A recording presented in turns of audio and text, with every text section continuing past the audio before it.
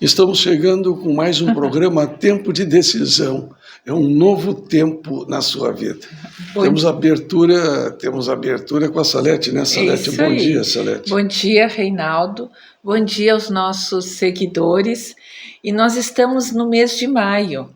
E além do Dia das Mães, que nós já fizemos o programa, a alusão ao Dia das Mães, nós temos em maio, na história do Brasil, um evento muito importante que aconteceu em 13 de maio de 1888, que foi a assinatura da Lei Áurea, a abolição dos escravos. Mas antes disso, vejam bem, em 1871 teve a Lei do Ventre Livre. O que era a Lei do Ventre Livre?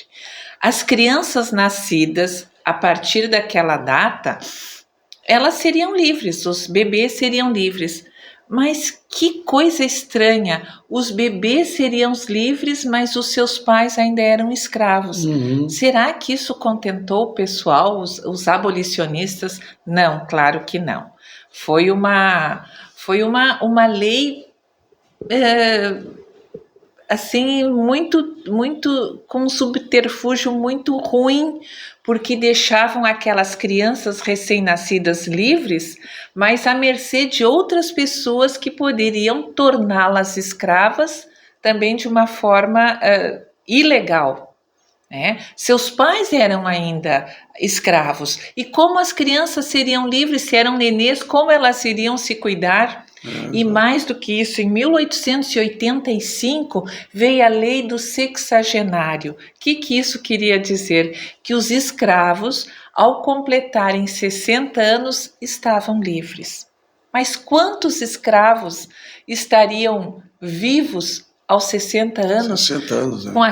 com aquele tipo de vida subjugada, sofrida, apanhavam que eles tinham, poucos estariam com 60 anos, e aqueles que alcançassem os 60 anos estariam em muito mau estado de saúde, quase sem poder sobreviver sozinhos, porque na medida que eles eram livres, eles tinham que sair das terras dos seus senhores e viver aonde? Viver como? Se sustentar como? Então foram dois extremos de idades, o recém-nascido e o idoso, que ficaram desprotegidos.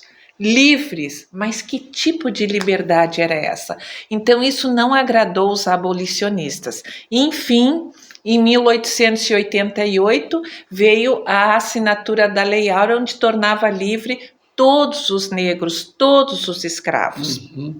E esses escravos, então, tiveram que sair imediatamente das terras dos seus senhores. Mas eles não tinham terra alguma. Nem casa para morar. Nem casa, eles não ganhavam salário para comprar nada. Então havia, perto do Rio de Janeiro, morros, onde tinham várias árvores frondosas, que se chamavam favelas. O nome da árvore era favela. E eles tiveram a ideia de, vamos nos abrigar nos morros, onde os senhores não plantam, onde os senhores não ocupam, e vamos fazer as nossas casas como nós pudermos. Vamos ir para a favela. E aí, então, se criaram as favelas nos morros. Quem explica bem isso é o historiador brasileiro Eduardo Bueno, o Peninha. Foi com ele que eu aprendi várias coisas. Procurem o Peninha. Mas hoje nós não temos mais a escravidão dos negros, mas infelizmente nós temos outros tipos de escravidão, viu, Reinaldo? Escravidão das drogas, a escravidão dos maus hábitos, a escravidão sexual e a luxúria, né? É um tipo de escravidão também, a permissividade sexual. Então, existem vários outros tipos, a escravidão do dinheiro financeira, a corrupção, né? É verdade. O roubo.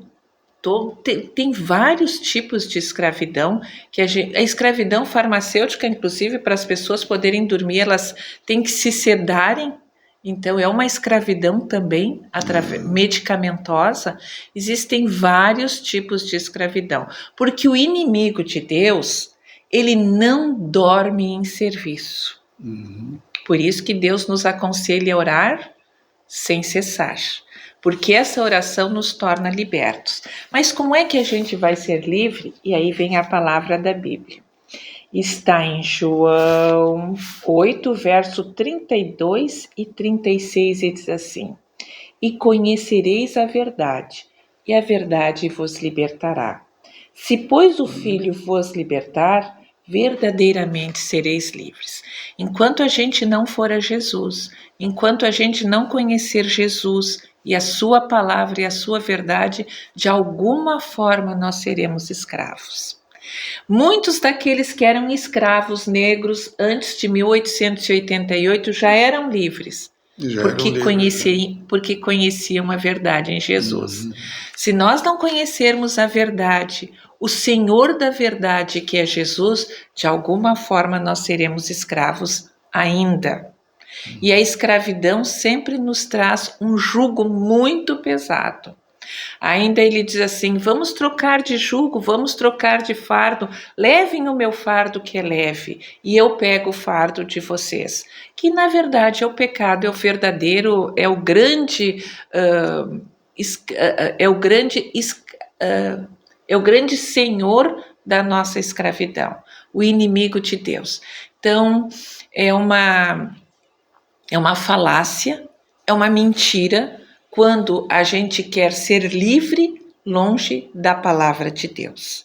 Fique com Deus, fique na sua palavra, conheça a sua verdade e ela vai verdadeiramente nos libertar. Eu gosto muito desse verdadeiramente, Reinaldo, porque às vezes a gente pensa que é livre, mas mentirosamente a gente só acha que é livre, não está livre. Aparentemente. Aparentemente. Só na palavra de Deus é que a gente fica livre. Fique com Deus, porque Deus está com você e vamos ser verdadeiramente livres naquele que nos libertou através do seu sangue da cruz. Jesus Cristo, nosso Senhor e nosso Salvador.